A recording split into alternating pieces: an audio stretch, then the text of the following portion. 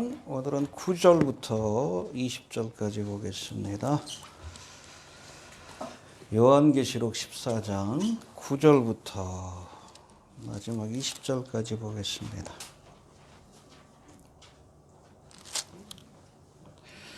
교독합니다. 또 다른 천사 곧 셋째가 그 뒤를 따라 큰 음성으로 가로되 만일 누구든지 짐승과 그의 우상에게 경배하고 이마에나 손에 표를 받으면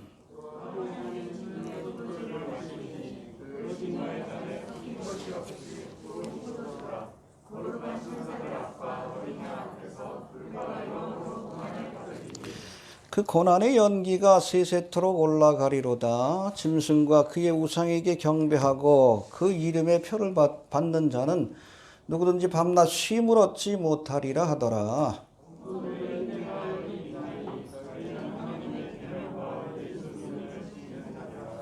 또 내가 들으니 하늘에서 음성이 나서 가로되 기록하라. 자금 이후로 주 안에서 죽는 자들은 복이 있도다 하시매 성령이 가라사대 그러하다 저희 수고를 그치고 쉬리니 이는 저희의 행한 일이 따름이라 하시더라.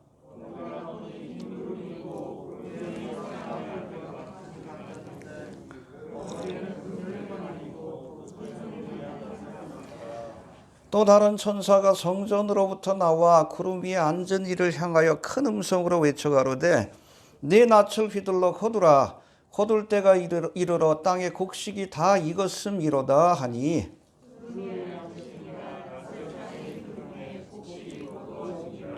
또 다른 천사가 하늘에 있는 성전에서 나오는데 또한 이한 낯을 가졌더라.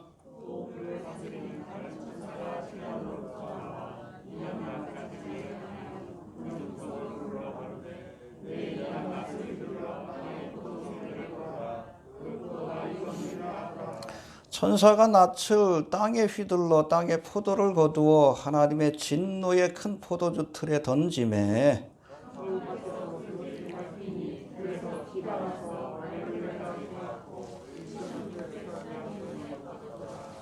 아멘. 해봅시다. 두 가지 운명과 두 가지 심판. 선택해야 합니다. 내가 무엇을 선택하느냐에 따라서 우리의 운명과 또 주어지는 심판도 달라지게 된다는 겁니다. 알겠습니까? 여러분, 하나님의 심판은 나누는 거예요. 양과 염소를 나누시고 알곡과 가라지를 나누시고 바르게 선택하고 우리가 상급의 심판을 받을 수 있는 성도들이 좀 될 수 있길 바랍니다. 사탄 마귀의 삼위일체가 등장하는 12장과 13장 말씀을 간단히 요약하면 이제 12장에 보니까 하늘에서 쫓겨난 붉은 용이 자기의 때가 얼마 남지 않은 줄로 알고 여자와 그의 남은 자손들을 진멸하려고. 여자는 누구예요? 12장에 나오는 여자? 이스라엘의 남은 자손들. 그래서 하나님께서 이스라엘 가운데 3분의 1을 하나님께서 남겨두셔서 어디로? 광야, 산, 어디예요? 보수라로 저들을 인도하여서 3년 반 동안 저들을 양육하여 주실 것이다 라고 말씀하고 계십니다. 저들이 바로 천년왕국의 제사장 나라로서의 역할을 감당할 이스라엘의 남은 자인 것을 기억할 수 있게 되길 바랍니다. 아무튼 이 남은 자손들을 진멸하려고 그의 대리인이, 이 사탄 마귀가 내세운 대리인이 누구예요? 바다에서 올라온 짐승인 적그리스도, 또 땅에서 올라온 짐승인 거짓 선지자. 여러분, 마귀도 자기 일을 할 때 사람을 사용합니다. 하나님도 당신 일을 하실 때에 사람을 들어서 사도 바울이라든지 베드로와 같은, 여러분 기왕 쓰임 받으려면 하나님께 쓰임 받을 수 있게 되길 바랍니다. 아무튼 이 적그리스도와 거짓 선지자에게 권세와 능력을 주는데, 용으로부터 권세를 받은 두 짐승은 사람들에게 짐승의 우상 앞에 경배하며, 해봅시다. 짐승의 우상에게 경배하라. 이 우상을 어디다 세운다 그랬죠? 멸망에 가져가는 것이 성전에다가. 알겠습니까? 그래서 여러분, 7년 대환란에 이 예언이 성취되기 위해서도 예루살렘이 지금 성전이 없죠? 성전이 세워져야 돼. 이게 바로 환란 성전이고 제3성전이 될 겁니다. 여기에 우상을 세우고 모든 사람들, 이스라엘 백성들을 포함한 모든 사람들에게 경배하기를 강요하고 안 하면 어떻게 돼? 다 죽인다 그랬어요. 또 그런가 하면 짐승의 표를 받기를 강요할 것이다. 그렇죠? 이 짐승의 표는 하나님의 인을 흉내낸 겁니다. 알겠습니까? 짐승의 소유라는 그런 표시예요. 믿음을 지키려는 이스라엘 백성들과 7년대 환란의 기간 동안 회개하고 예수를 믿은 환란 성도들에게, 여러분 7년대 환란이 다 환란이요. 그러나 이 후 3년 반이 훨씬 더 큰 환란이라 그래서 대환란이라고 얘기를 합니다. 알겠습니까? 7년의 환란 가운데서도 후 3년 반이 본격적인 환란이 시작되는 7년 대환란이다. 이렇게 이해하시면 될 것 같습니다. 알겠습니까? 적그리스도의 나라가 완성되는 모습을 보여주는 13장의 말씀만 보면 우리가 낙심할 수밖에 없어. 우리에겐 소망이 없구나. 남겨진 자들에겐 소망이 없구나. 근데 그게 아니에요. 이어지는 14장의 말씀을 통해서 이런 핍박 속에서도 믿음을 지킨 자들에게 주시는 하나님의 상급과 승리가 무엇인지를 보여주고, 할렐루야. 이 적그리스도의 나라를 심판하시는 예수님의 모습을 보여주고 있습니다. 믿습니까? 7년 대환란이라고 하는 인류 역사 가운데 가장 어둡고 암울한 순간에도 하나님이 이 모든 것들을 컨트롤하시고 주님께서 모든 것들을 다스리고 계시다는 사실을 우리가 잊지 말아야 합니다. 가끔 보면 일루미나티에 관한 글 이렇게 올려놓다고 보면 거기에만 빠져가지고 일루미나티가 세상을 움직이고 하나님은 그 밑에 있는 존재로 착각하는 친구들이 있어. 정신 못 차려. 아니에요. 여러분, 일루미나티들도 적그리스도의 세력들도 하나님이 퍼미트, 허락한 부분 안에서만 일할 수 있는 거예요. 그렇잖아요. 사단이 여러분 욥을 시험할 때도 하나님께서 허락한 그 제한된 부분 안에서만 역사할 수 있는 거예요. 해봅시다. 하나님이 허락하셔야 한다. 여러분, 큰 의미에서 보면 사실은 사탄 마귀도 하나님의 종입니다. 알곡과 가라지를 나누는 도구로, 참된 믿음의 사람과 그렇지 않은 사람들을 나누는 도구로 하나님께서 사탄 마귀와 적그리스도와 거짓 선자를 사용하고 계신다. 그렇게 이해하시면 됩니다. 물론 우리가 쓰임 받으려면 악한 도구로 쓰임 받으면 안 돼요. 선한 도구로 쓰임 받아야 합니다. 이해가 되십니까? 네. 악한 도구로 쓰임 받으면 결국에는 여러분 쓰신 후에는 꺾어서 불에 던지는 거예요. 지옥불에. 선한 도구로 쓰임 받아야 돼. 이해가 됩니까? 예, 가장 중요한 것은 우리 요한계시록 전체의 주제예요. 하나님께서 다스리신다. 할렐루야. 이해가 되십니까? 자, 그래서 13장에는 구체적으로 그리스도가 통치하는 후 3년 반의 기간 동안 환난 성도들이 붙들어야 할 6가지 소망에 대해서 우리에게 소개하고 있는데, 먼저 1절부터 5절까지 보니까 이제 하나님의 사역을 마친 이 14만 4천 명, 이스라엘 가운데서 택함 받은 자들입니다. 그들이 어디에 있어? 어린 양과 함께 시온산. 이건 여러분 지상의 시온산이 아니에요. 천상에 있는 시온산. 다 순교한 겁니다. 죽도록 충성한 거예요. 알겠습니까? 여러분, 순교는 실패가 아니에요. 승리입니다. 이해가 됩니까? 구차하게 목숨을 연명하는 게 여러분 이게 지혜로운 게 아니에요. 죽어야 할 때 죽는 게 영광이요. 이게 승리예요. 이해가 됩니까? 예. 그리고 6절과 7절에는 이번에는 천사가 직접 공중에 날아다니면서 복음을 증거해요. 하나님이 급하시니까. 이걸 듣고 회개하는 자들에게 이것이 구원의 증거가 되지만, 천사가 전해주는 복음을 듣고도 회개하지 않는 사람들에게는 심판의 증거가 되는 거예요. 하나님은 심판하기 전에 반드시 하나님의 종들을 보내서 먼저 회개할 기회를 주십니다. 듣지 않으면 심판받는 거예요. 우리가 구원의 증거를 얻을 수 있어야 합니다. 예. 지금도 하나님께서 주의 종들을 통해서 외치잖아요. 회개하라. 예. 여러분 가나 혼인잔치 언약 그 영화 보신 분들도 계시지만 아마 1월 달이면 좀 오픈될 것 같아요. 예. 돈 받고 좀 다운받는 게 오픈될 것 같은데 기회되면 한번 봅시다. 오늘 1000명 나왔는데 오늘 예배가 올해 마지막일 수도 있어요. 내일일은 난 몰라요. 아무튼 좀 빨리 오셨으면 좋겠어요. 예. 준비가 된 것 같은데 다 준비돼도 아버지가 가라 그러지 않으면 그날 계시는 신랑도 모르고 신부도 모르는 거예요.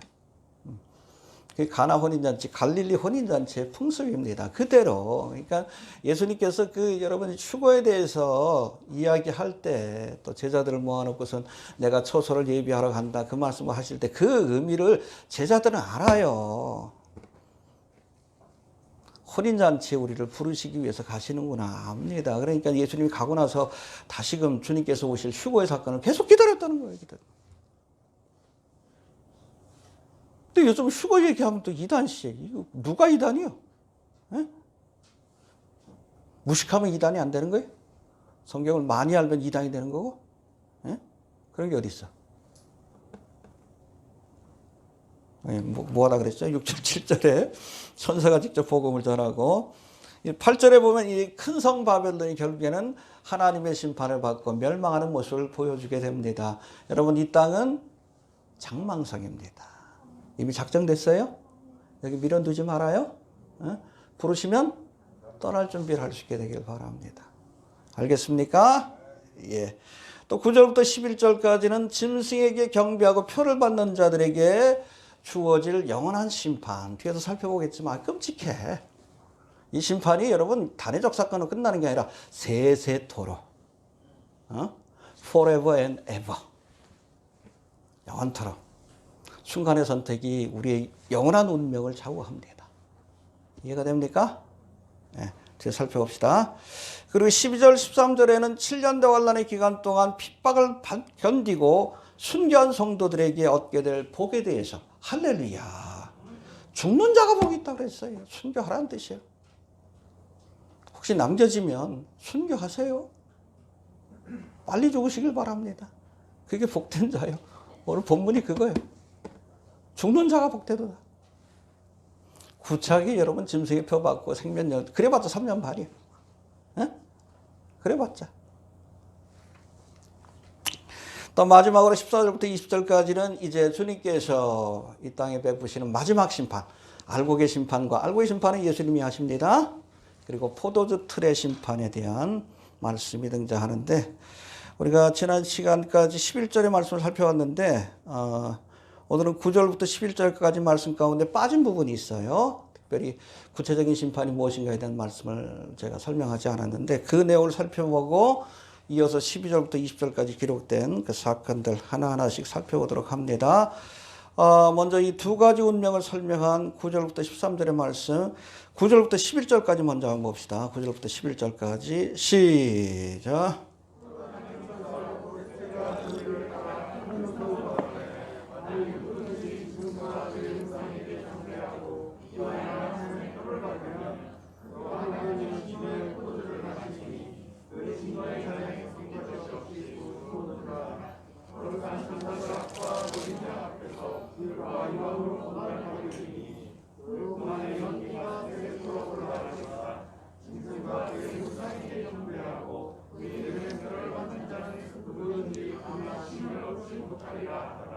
예, 우리가 지난 시간에는 짐승의 우상에게 경배하고 이마에나 손에 표를 받는 것이 구체적인 어떤 의미인가에 대해서 살펴봤는데 오늘은 이처럼 짐승의 우상에게 경배하고 짐승의 표를 받는 자에게 내려지는 그런 구체적인 심판이 무엇인가? 이게 10절하고 11절에 나옵니다.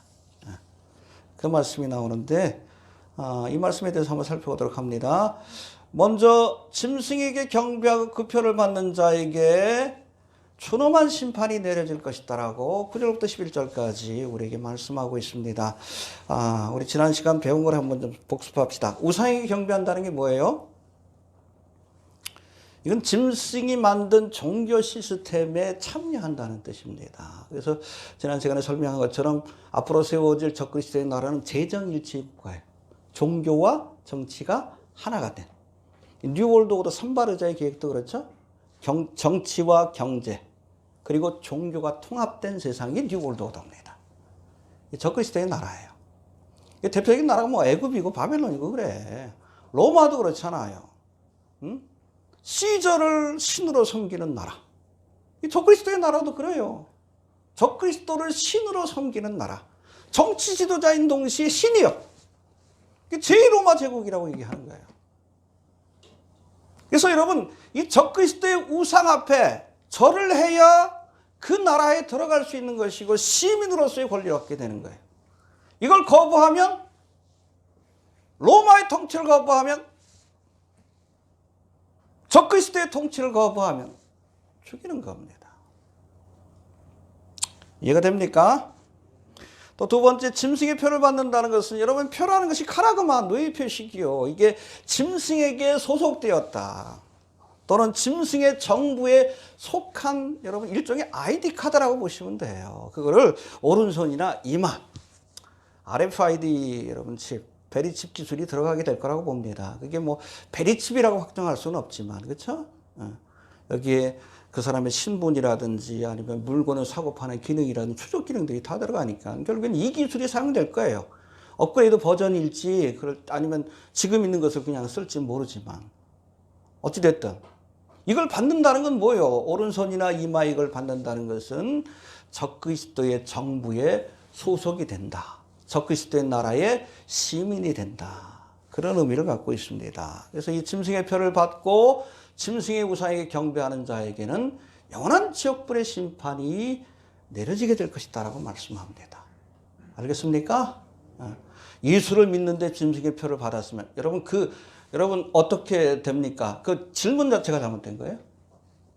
적어도 7년 대환란의 기간 동안에는 예수를 믿는 사람은 짐승의 표를 받을 수가 없어. 짐승에게 경배할 수 없어. 이게 선악과예요? 먹으면 죽으리라. 먹으면 죽는 거예요. 안 죽을 것 같아. 하와가 여러분 선악과 먹었을 때 안 죽을 것 같았지? 먹어봐. 죽지. 정령 죽으리라. 여러분, 예수를 믿는 것은 하나님 주신 계명과 말씀을 믿는 거예요. 이거 받으면 지옥 간다고 뭐 뒤에 설명 나옵니다. 그런 분명한 말씀을 줬는데도 그거를 그냥 받아. 난 예수 믿으니까 이거 받아도 상관없지. 받아봐. 하나님의 말씀을 두려워해야 합니다. 두려워하지 않는 사람들은 예수 안 믿는 거예요. 예수 믿었는데 받았다? 아니요. 정말로 예수 믿는 사람은 받을 수가 없어. 지옥 가는데. 그 하나님의 말씀을 안 믿으니까 받는 거지. 하와처럼. 안 죽을 것 같으니까. 하나님의 말씀을 안 믿는 거예요. 정령 죽으리라 그랬는데. 아무튼 7년 대환란 때 특별히 이것이 하나의 선악과처럼 진실한 믿음을 가진 자와 그렇지 않은 자들을 구분하는 하나의 표준이 될 겁니다. 이해가 됩니까? 오늘 분명히 나와 있잖아요. 성경 말씀에. 하나님은 하나님께 속한 자에게 인을 치시죠. 영적인 인이요. 근데 사탄 마귀가 그걸 흉내내가지고 그 짐승의 표를 오른손이나 이마에 받게 해서 자신의 소유인 것을 그렇게 드러내게 될 것이고, 그렇게 여러분 짐승에게 속한 자는 결국에 뭐 짐승이 가는 것이 어디요? 지옥이지. 따라가야지. 짐승에게 속한 자인데, 짐승의 노예인데 가야지. 주인이 가시는데 노예도 가야지. 그런 겁니다. 그래서 우리 10절에는 짐승의 우상에게 절하거나 그 표를 받는 자에게 주어질 구체적인 심판에 대한 말씀이 나오는데, 10절 다시 한번 봅시다. 시작.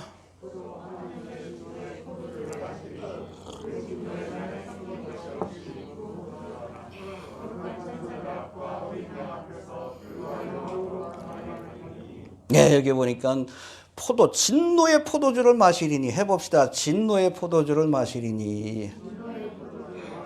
하나님이 부으시는 진노의 포도주를 마시리니. 근데 여기 보니까 섞인 것이 없는 포도주라고 했습니다. 해봅시다. 섞인 것이 없는 포도주라. 예. 물을 섞지 않은 순수한 포도주라는 뜻입니다. 이스라엘도 그렇고 이 당시에 로마 사람들도 그래요. 우리는 그 밥 먹을 때 보통 국을 먹잖아. 얘네들은 빵을 먹고 고기를 먹을 때 우리가 먹는 국 대신에 포도주를 먹습니다. 근데 이 포도주를 희석시켜요. 그냥 먹으면 여러분 곧바로 취해버려. 원액인데. 이게 뭐 많게는 한 10분의 1 정도 이렇게 희석을 시켜가지고 그걸 먹는 거예요. 근데 여기 보니까 섞지 않은 포도주를 하나님께서 부으실 것이다라고 말씀합니다. 하나님의 진노의 정수를 부어버리신다는 거예요. 이해가 됩니까? 예. 오늘 본문에 보니까 섞인 것이 없는 부은 포도주와 같은 하나님의 진노가 누구에게? 짐승의 표를 받거나 짐승에게 경배하는 자들에게. 더 이상 회개의 기회가 없습니다.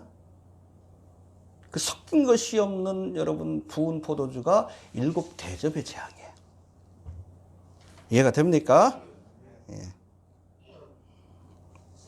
여러분 흥미로운 게 뭐냐면 우리가 7나팔의 대접에 7나팔의 재앙에 보면은 하나님께서 바다를 치시고 육지를 치시고 샘의 근원을 치시고 하늘의 별과 달과 해를 치시고 사람을 치시는데 3분의 1로 희석시켜가지고 재앙을 내리십니다.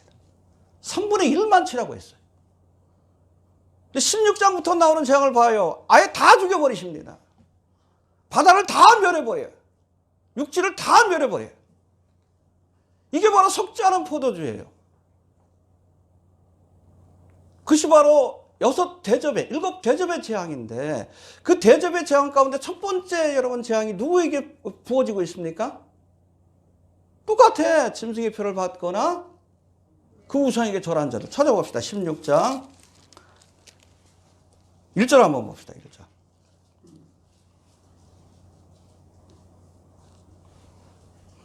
시작.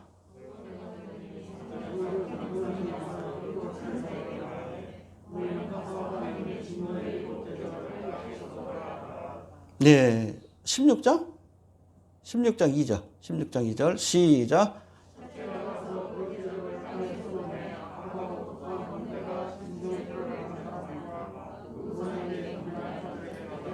그렇죠. 섞은 것이 없는 진노의 포도주를 붓는데 그것이 바로 7대접의 재앙이에요. 첫 번째 대상이 누굽니까? 짐승의 표를 받고 짐승의 우상에게 경배한 자들에게.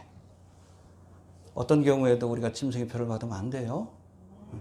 우리야 휴거되면 되지만 이 땅에 남아있게 되면 목숨을 걸고라도 짐승의 표를 받거나 짐승의 우상에게 경배하는 일을 하면 하나님의 가장 큰 진노의 첫 번째 진노의 대상이 된다는 것을 우리가 기억할 수 있게 되길 바랍니다. 알겠습니까? 예. 자, 그리고 두 번째 봅시다. 11절 다시 한번 봅시다. 시작.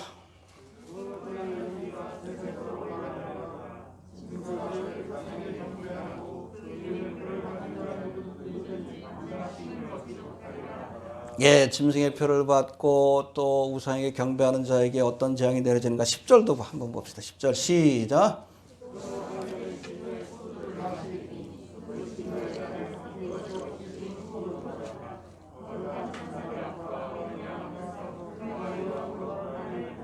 예, 여러분 짐승의 표를 받으면 불과 유황, 지옥불에 던져집니다. 알겠습니까? 우상에게 경배하면 지옥불에 던져져요. 차라리 순교하는 게 낫다고 하는 거예요. 그 거부하고 순교하는 자들에게 복이 있다고 하신 거예요. 그래서 알겠습니까? 근데 이어지는 11절의 말씀에 보면 아주 끔찍한 말씀이 나와요. 해봅시다. 그 고난의 연기가 이 고난의 연기가 뭐예요?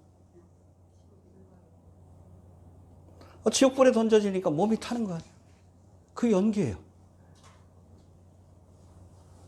둘째 사망, 여러분. 백보자 심판 이후에는 여러분 예수를 안 믿는 사람들도 육신의 몸을 갖게 되죠. 영원히 죽지 않지만 영원히 불타는 그 연기가 계속 올라가는 거예요. 고난의 연기가 세세토록 올라가리로다.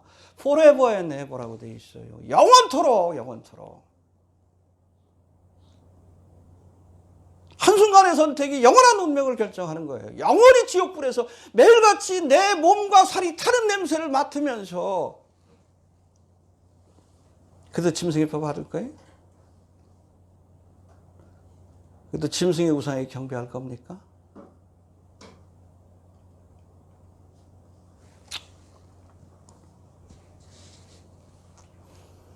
여러분 7년대 환란이 짧은 기간이지만 이 기간 동안에 내가 하나님을 섬길 것인지 아니면 짐승에게 경배하고 그 표를 받을 것인지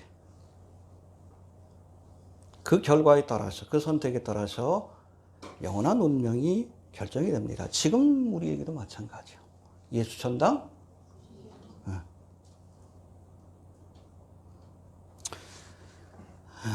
여러분 교회를 다니면서도 영원한 지옥불의 심판이 있다는 말씀 때문에 간혹 이것을 불편하게 여기는 분들이 계시는데 성경은 우리에게 분명히 말합니다. 지옥의 고통은 일시적인 것이 아니에요. 영원합니다. 여튼 이런 사람들의 마음을 파고든 이단이 있는데 그게 바로 안식교와 여호와 증인들입니다. 얘네들은 독특한 여러분 내세관이 있어요. 예수 믿는 사람들은 죽어서 천국 가지만 예수를 안 믿는 사람은 죽어서 지옥에 안 간대요. 영원히 멸절된다고. 사라져버린다고. 아니요, 안 사라져요. 세세토록 고난의 연기를 맡으면서 하나님 앞에서 지옥불에서 고통을 겪는 그러한 삶을 살게 되는 거예요. 알겠습니까? 예. 이 인본주의적인 생각이고 성경에 없는 거예요. 영원 멸절설 없어요. 여러분 창세기 2장 7절을 보십시오. 하나님께서 사람을 지으실 때 여호와 하나님이 흙으로 사람을 지으시고 그 코에 bless of God, 생기, 하나님의 영을 불어넣으시니 사람이 living soul, 생명이 된지라. 그래서 인간은 아주 독특합니다. 영적인 세계와 물질적인 세계에 모두 포함되어 있는 유일한 피조물이에요. 그렇죠? 개돼지는 여러분 물질의 세계에 포함되어 있어. 죽으면 영원히 없습니다. 이해가 됩니까? 끝이요. 근데 사람은 안 그래. 그러니까 죽으면 우리 육신은 어디로부터 왔어? 흙으로부터 왔으니까 흙으로 가고 우리 영혼은 하나님께로부터 왔으니까 하나님 앞에 가서 심판을 받는 거지. 그 심판의 결과에 따라서 영생을 얻는지 아니면 영원한 지옥불의 심판을 받는지 그게 결정되는 거예요. 여러분 영적인 피조물이 뭐예요? 하나님은 영이시고 천사들도 영이죠. 그렇죠? 사탄 마귀 타락 천사들도 영이요. 사람도 영적인 피조물입니다. 이 영적인 피조물의 여러 가지 특징들이 있는데 그 중에 가장 두드러진 특징 중에 하나가 임모탈이야. 영원히 사라지지 않습니다. 우리가 죽어서 영원한 지옥에 가든지 세세토록 그곳에서 고난을 겪든지 아니면 주님과 함께 영생을 누리든지 오늘 내 결정이 내 운명을 결정한다는 것을 잊지 않길 바랍니다. 알겠습니까? 여튼 이렇게 환난과 고난의 와중에 짐승을 섬기고 짐승의 표를 받기로 하는 사람들에게는 세세토록 지옥불에서 고난의 연기를 마시는 고통을 겪게 될 것이지만 그러나 믿음을 지킨 자들에게는 할렐루야 복되다 말씀하시는데 12절 13절 봅시다. 시작.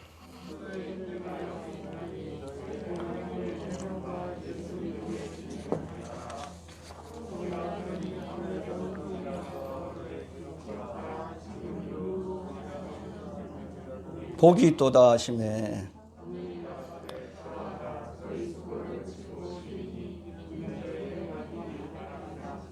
예, 짐승의 표를 받고 짐승에게 경배하는 자는 밤낮 쉬지 못하고 지옥불의 고통을 겪게 될 것이지만 그러나 그것을 거부하고 순교의 길을 가는 자들에게는 할렐루야 안식과 상급이 주어질 것이다. 믿습니까? 먼저 12절 봅시다. 12절 시작.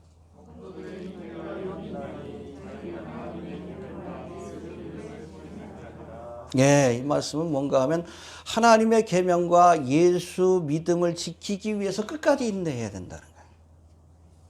어디까지? 13절의 말씀하고 연결지면 죽기까지. 죽기까지. 여러분 요한계시록 2장 10절에서 그랬죠? 내가 죽도록 충성하라.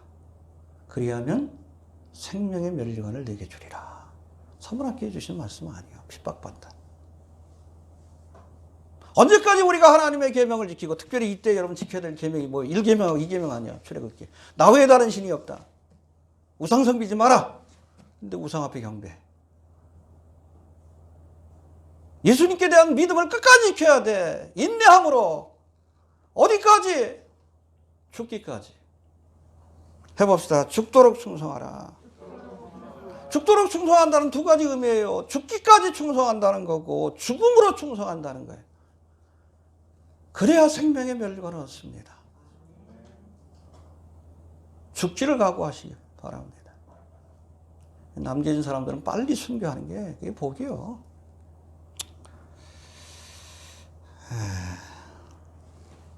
또 13절 한번 봅시다. 13절. 시작.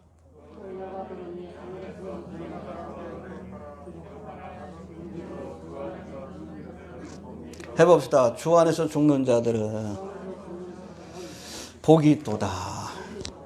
마카리오이라고 되어 있던데.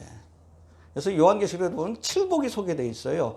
여러분 마태복음 5장에 보면 산상설교를 제일 먼저 시작할 때 예수님께서 뭘 말씀하십니까? 마카리오이 호이, 복 있는 사람은 똑같아요. 심령이 가난한 자는 복이 있나니 천국이 저희 것이요, 애통해하는 자는 복이 있나니 저희가 위로를 받을 것이요, 쭉쭉쭉 마지막으로 의를 위하여 핍박을 받는 복이 있나니 저희가 하나님의 아들이라 자녀라 일컬음을 받을 것이요. 할렐루야. 팔복을 얘기하는데 여러분 마찬가지로 마카리오이라고 시작이 되는데 요한계시록에도 7복, 7가지 복에 대해서 말씀합니다. 교회도 7가지고 7이라는 숫자가 굉장히 중요한데 완성의 숫자이기 때문에 우리가 뭐 1장 우리가 요한계시록 살펴볼 때 그때도 한번 살펴봤는데 기억나십니까? 이 예언의 말씀을 읽는 자와 듣는 자들과 그 가운데 기록한 것을 지키는 자들이 그렇죠. 1장 3절에 나오죠. 두 번째가 오늘 본문이에요. 주 안에서 죽는 자들이 복이 있다. 할렐루야.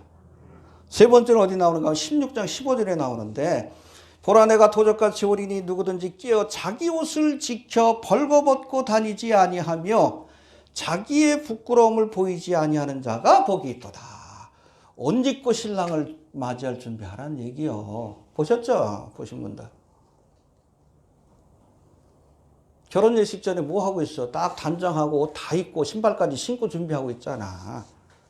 여러분 출애굽할 때도 그랬죠. 하나님께서 6월절 그 사건 이후 음식을 먹을 때 급히 먹어라. 지팡이 짚고 허리에 띠를 띠고 신발 신고. 왜? 부르시면 가야 되니까. 똑같아. 휴거의 사건도 마찬가지.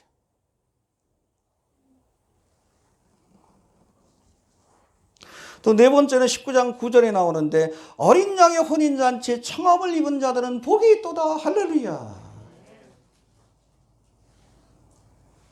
다섯 번째는 20장 6절인데 이 첫째 부활에 참여하는 자들은 복이 있도다. 할렐루야. 영생의 부활이에요. 둘째 부활은 여러분 둘째 사망이라고도 하는데 이건 여러분 지옥불에 던져지기 위해서 거기에 합당한 매일같이 불타도 사라지지 않는 몸으로 부활하는 것이 둘째 부활이야. 첫째 부활은 뭐예요? 영생의 부활이에요. 영광스러운 모습으로 부활하는 겁니다. 믿지 않는 사람도 부활해요? 둘째 부활이야. 저주의 몸으로 부활합니다.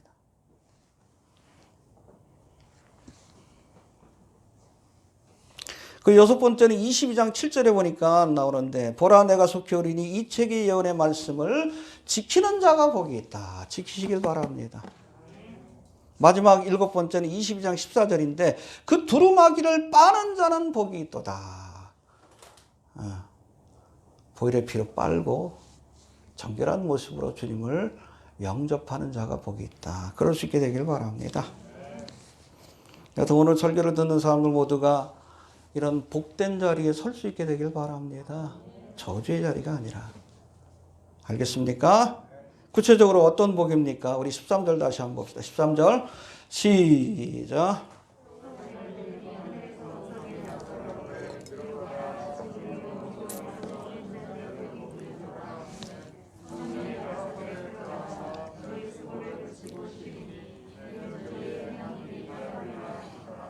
예, 하나하나씩 좀 살펴봅시다. 해봅시다. 자금 이후로. 영어로는 from now on이라고 되어 있는데 구체적으로 자금 이후가 어떤 시기일까? 우리가 앞뒤에 그러한 문맥을 살피면 9절부터 설명하고 있는 거짓 선지자가 짐승의 우상에게 경배를 강요하고 그 표를 받기를 강요하는 7년 대환란의 후반부라고 볼 수 있습니다. 알겠습니까? 자금 이후로. 이때가 되면 죽기를 각오해라. 그런 자가 복된 자다. 알겠습니까? 이때는 살 생각하지 말아야 돼. 이거 됩니까? 순교를 각오하는 자가 복이 있는 게 자금 이후로. 피할 길도 없어요. 이땐 뭐 먹고 살 거예요. 짐승의 표를 받지 않으면 물건을 사고 팔 수 없는데. 도망 다니지 말고 14만 4천 명처럼 열심히 전하다가 빨리 순교하는 게 복이 있는 거예요. 순교하시길 바랍니다. 여기 있는 분 말고 나중에라도 이렇게 설교 듣는 분들 순교해야 돼. 자금 이후로. 이때는 여러분 피할 데가 없어요. 또 두 번째 보니까 해봅시다. 저희 수고를 그치고 쉬리니. 예, 두 가지 복에 대해서 말씀하는데 주 안에서 죽는 자에게 안식의 복이 주어진다. 할렐루야. 11절에서는 뭐라고 그랬어요? 짐승의 표를 받고 우상에 경배하는 자에게 쉼이 없다. 그렇죠? 뭐라고 되어 있어요? 밤낮 쉼을 얻지 못하리니. 그러나 목숨 걸고 믿음을 지킨 자에게는 안식이 주어진다. 할렐루야. 여러분 성경에서는 성도의 죽음을 안식으로 표현합니다. 요한복음 11장에 보니까 예수님이 나사로에 대해서 뭐라고 했어요? 저가 잔다. 쉰다. 실제로는 뭐예요? 죽었는데. 성도의 죽음은 안식으로 통한다는 겁니다. 할렐루야. 그런가 하면 휴거의 사건을 묘사하고 있는 고린도전서 15장 51절에서도 성도의 죽음을 잠자는 것으로 먼저 그리스도 안에서 잠자는 자들이 일어날 것이요. 할렐루야. 하루의 수고를 그치고 밤이면 안식의 잠을 자는 것처럼 여러분 성도의 죽음은 이 땅에서의 수고를 그치고 쉬는, 다시 말해서 영원한 안식을 얻는 순간이기에 이러한 안식에 참여하는 자가 복이 있다라고 말씀하는 겁니다. 안식에 참여합시다. 알겠습니까? 예. 그런가 하면 성도의 죽음이 복된 또 다른 이유는 여기 보니까 저희 행한 일이 따름이라 라고 말씀합니다. 13절 다시 한번 봅시다. 시작.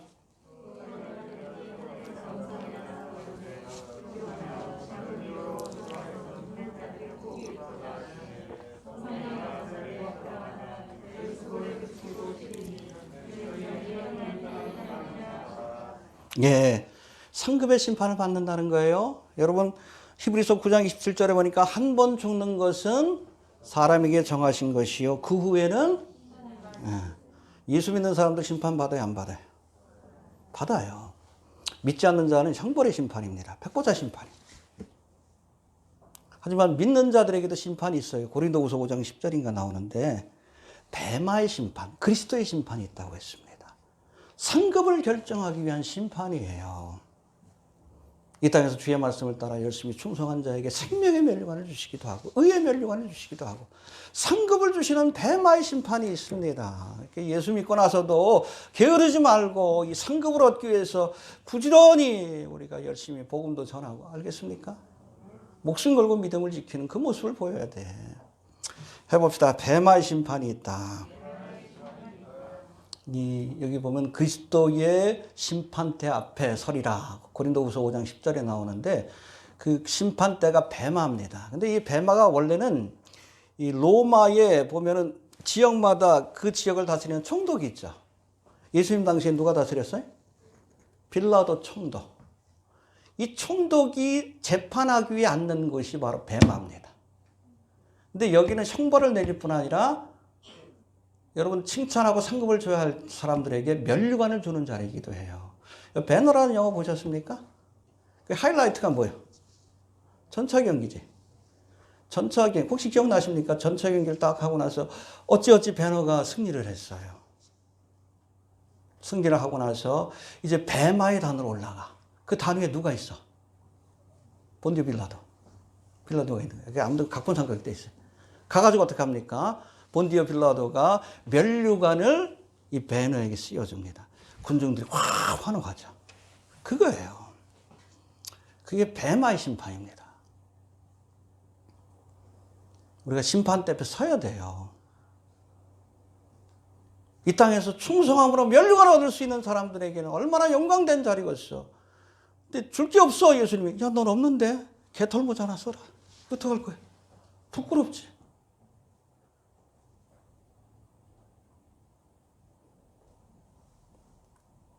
여러분 상급 가운데 순교자의 상급이 가장 크지. 내가 죽도록 충성하였으니 생명의 면류관을 내게 주리라. 할렐루야. 기본적으로 생명의 면류관을 주시는 거예요. 그것처럼 여러분 큰 여러분 영광이 어디 있고 상급이 어디 있어? 상급을 얻기 위해 쓰시길 바랍니다. 예, 목숨 걸고 주의 계명을 지키고 또 짐승의 표를 거절하고 순교의 자리에 가는 자에게 주님께서는 생명의 면류관, 뱀마의 심판을 통해 상급을 주실 줄로 그렇게 믿으시길 바랍니다. 예. 여튼 해봅시다. 자금 이후로 주 안에서 죽는 자들은 복이 있도다. 오늘 본문의 요절인데 이건 노골적으로 죽으란 얘기예요. 구차히 살려고 하지 말고 짐승의 표 받고 짐승의 경배하고 그래봤자 3년 반인데 그리고 영원한 지옥불에 던져지느니 죽어라! 빨리 죽어라. 순교가 복이다. 잠시 잠깐 이 땅에서 여러분 환난을 피해보겠다고 예수를 배반하면 영원한 지옥불의 심판을 받습니다. 그러나 믿음을 지키기 위해서, 그렇죠? 주의 명령을 지키기 위해서 우리가 우리의 목숨을 던지면 주님께서 우리에게 생명의 면류관을 주시고 영원한 안식을 주실 줄로 그렇게 믿으시길 바랍니다. 알겠습니까? 그리고 이제 14절부터 20절까지는 두 종류의 추수에 대해서 앞에서는 두 가지 운명에 대해서 살펴봤습니다. 우리가 짐승의 표를 받고 짐승의 경배하는 자들에게는 영원한 지옥불의 심판, 그렇지 않은 자들에게는 안식과 함께 상급이 주어질 것이다. 할렐루야. 그런가 하면 14절부터 20절까지는 두 가지 추수, 그래서 14절부터 16절까지는 알곡의 추수에 관한 말씀이고 17절부터 20절까지는 포도의 추수, 구체적으로 포도주틀에 관한 그 심판에 관한 말씀인데 한번 살펴보도록 합니다. 먼저 14절부터 16절까지 한번 봅시다. 시작.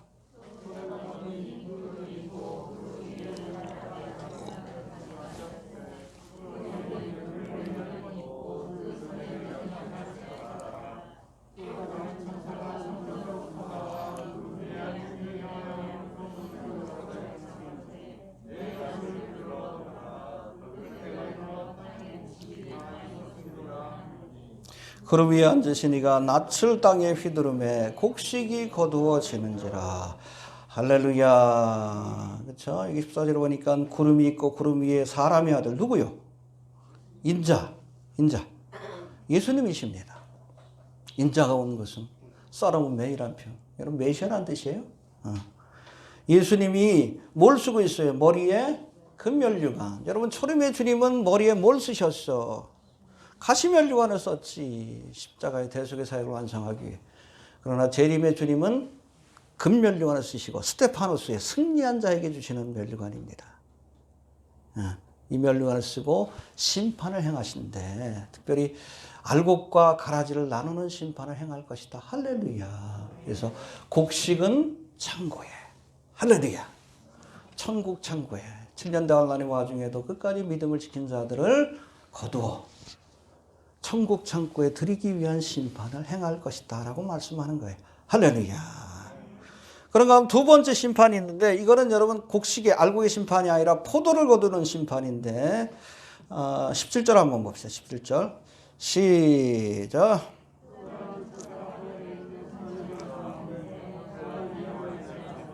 예, 알곡을 거두는 심판은 누가 직접 하셨어요? 예수님이 직접 하셨어. 그런가 하면 여기 포도를 거두는 심판은 누가? 천사가 했어요. 근데 천사가 이한 낫, 아주 큰 낫을 들고 있는데, 날카로운 낫을 들고 있는데 18절도 한번 봅시다. 시작.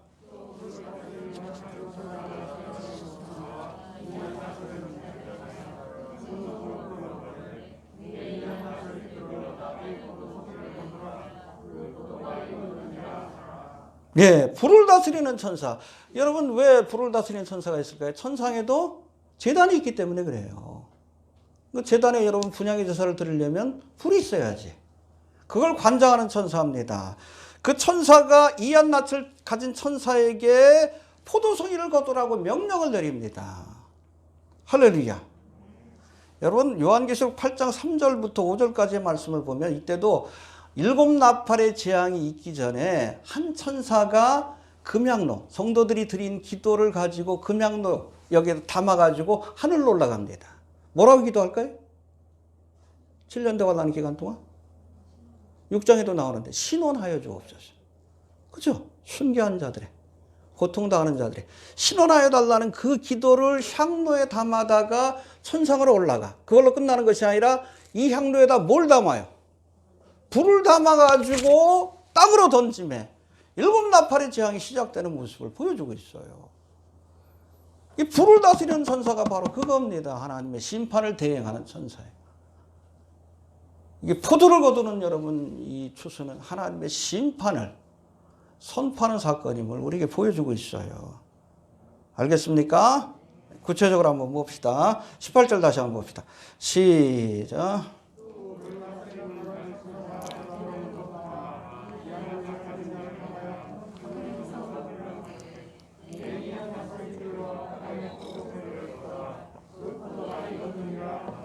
예, 네 날카로운 낫을 들어서 포도송이를 거두라. 포도가 익었느니라. 해봅시다. 포도가 익었느니라. 예, fully life라고 되어 있는데 여러분 하나님은 우리가 범죄한다고 곧바로 심판하지 않습니다. 끝까지 참고 인내하십니다. 왜? 회개할 기회를 주시기 위해서. 그러나 포도가 익어서 죄가 관영해서 더 이상 여러분 회개할 그런 기회가 주어지지 않을 때 그렇잖아요. 이미 양심이 화인을 맞아가지고 죄가 관영해서 하나님이 심판하지 않을 수밖에 없는 그런 상황에 이르렀을 때 포도가 익었다는 게 그거예요. 그때는 여러분 이한 낯을 들어서 존엄한 심판을 행하신다는 것을 우리가 꼭 기억할 수 있게 되길 바랍니다. 작년에 미국 뉴욕에서 임신 주수와 상관없이 제한 없이 낙태할 수 있는 법이 통과가 됐죠. 통과가 되고 나니까 엠파이어 스테이트 빌딩에도 그냥 뭐 기념하는 그냥 전등을 이렇게 하고 백악관도 그렇고 미친 것들이에요. 주수에 상관없이 그게 뭐예요? 여러분 그 만삭인 아이도 끄집어내가 죽여도 상관없다는 거예요. 그건 여러분 낙태법이 아니에요. 영아살해법이에요. 우리나라에도 지금 이 법이 지금 계류 중에 있죠? 통과될 것 같은데 14조까지 이미 여러분 아이들이 다 형성이 돼가지고 그대로 태어나도 인큐베이터에 있으면 살아갈 수 있는 나이요. 그런 아이를 마음대로 죽일 수 있는 법이 지금 아마 국회에 통과될 것 같아요. 근데 여성단체에서는 뭐라고 합니까? 14조 제한 걸지 말라고. 뭐요? 만사까지 죽일 수 있는 권한을 달래.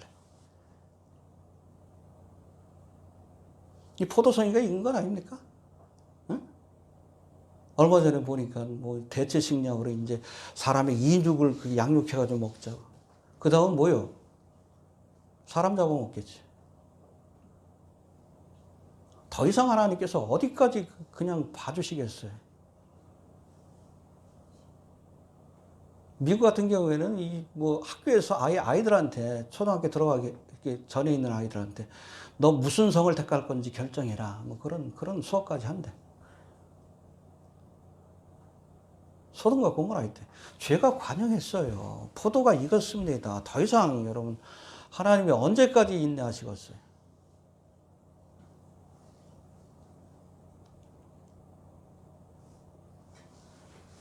아직도 세상이 살만한 세상이라고 생각한다면 아니요, 착각입니다.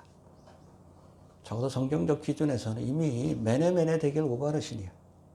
포도가 익었습니다. 네. 하나님의 심판이 시작될 것임을 잊지 않길 바랍니다. 그래서 구체적으로 심판을 내리는데 우리 19절 20절 한번 봅시다. 이 포도주 틀의 심판이 구체적으로 뭔가 시작.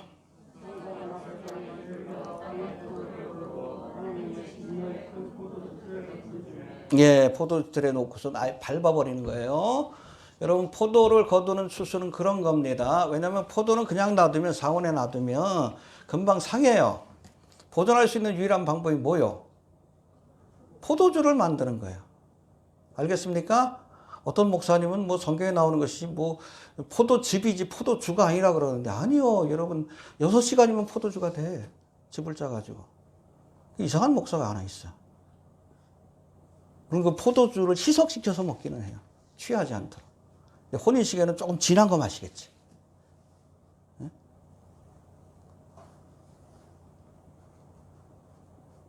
포도주 틀에 던진다라고 했는데 20절 한번 봅시다. 시작.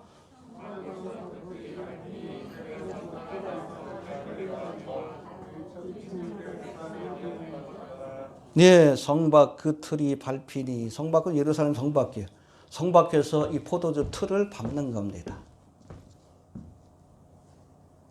그 피가 말굴레까지 한 130cm 정도 돼요.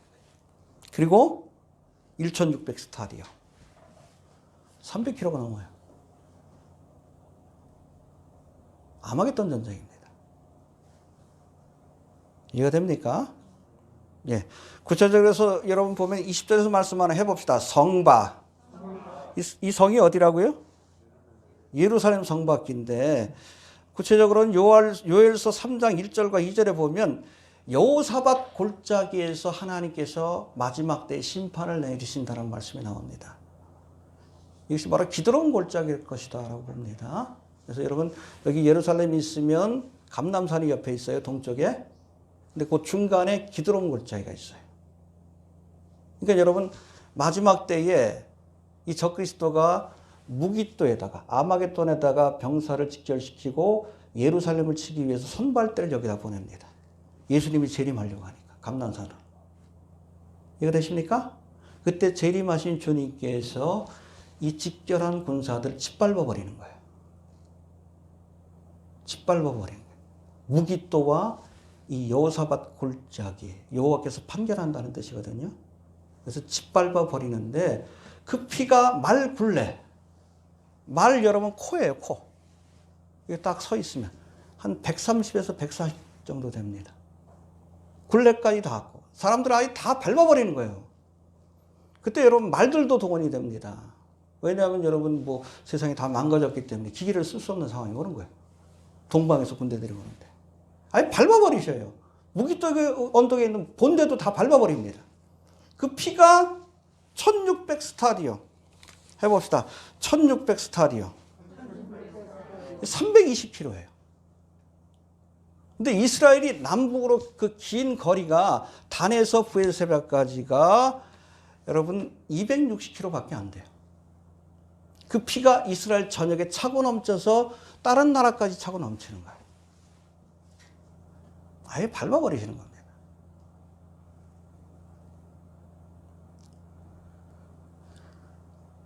그럼 하나님께서 인내하실 때에 회개해야 합니다.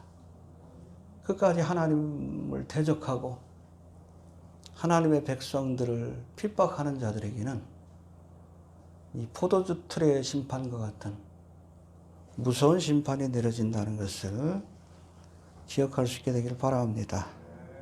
그래서 19절에서 뭐라고 합니까? 이 포도주 틀의 심판을 하나님의 진노의 큰 포도주 틀이라고 말합니다. 해봅시다. 하나님의 진노의 큰 포도주 틀. 예루살렘 성 밖에 있는 여러분 여호사밧 골짜기, 기드론 골짜기가 포도주 틀이 되는 거예요.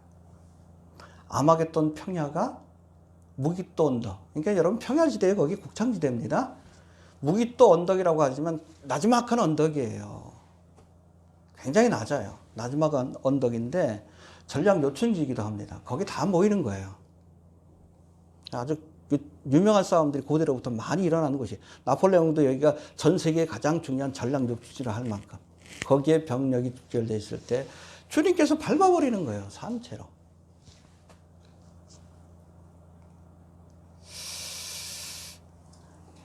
하나님을 대적하면 안 됩니다. 예. 하나님은 사랑의 하나님인 동시에 공의 하나님이에요.